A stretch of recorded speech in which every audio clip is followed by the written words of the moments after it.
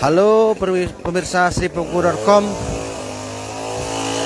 Saya wartawan Sripuku.com Ahmad Farozi melaporkan dari Kabupaten Musirawas. Saat ini kita sedang berada di desa.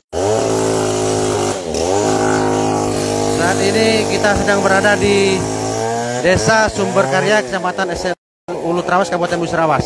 Di desa ini semalam Rabu tanggal 23 bulan 2 tahun 2022 ini sekitar pukul 19.00 telah terjadi angin puting beliung.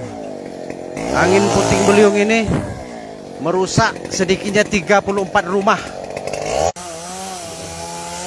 Baik, kita lanjutkan. Angin puting beliung ini merusak sekitar 34 rumah ya di dua desa. Di Sumberkarya di lokasi kita saat ini sebanyak 31 unit rumah. Kemudian ada juga di desa Paduraksa di desa tetangga di Kecamatan ST Ulu Trawas ini juga rusak parah. Sebagian rusak parah, sebagian rusak ringan.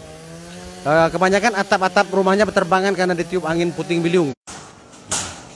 Bisa dilihat saat ini masyarakat dibantu oleh petugas BPBD Kabupaten Musirawas dan dari TNI juga ada sedang membantu warga untuk mengevakuasi barang-barangnya yang rumahnya rusak ditimpa pohon yang tumbang akibat angin puting beliung semalam. Di lokasi ini sinyalnya agak kurang bagus pemirsa sehingga agak terputus-putus. Beginilah kondisi yang ada. Jadi tampak perabotan warga dikeluarkan dari dalam rumah. Ini lokasinya di Desa Sumberkarya, Kecamatan Trawas, Kabupaten Musirawas. Kita stay di sini karena memang sinyalnya kadang-kadang putus dan adanya di lokasi ini.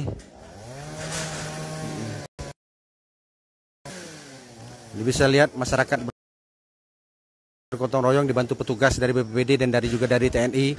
Ada yang memangkas pohon, ada yang membersihkan rumah-rumah, puing-puing rumah warga yang hancur tertimpa pohon akibat angin puting beliung semalam.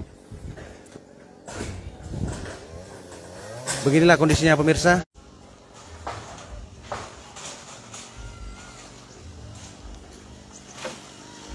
Mohon maaf karena sinyal bagus.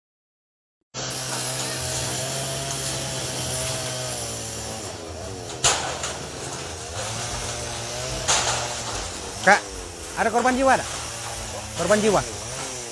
Luka ringan, baik. Oke. Yang kakak lapor deh. Siap. Tiga.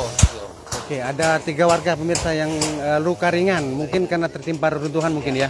Oke. Itu tadi obrolan kita dengan Kepala Pelaksana BPBD Kabupaten Musirawas.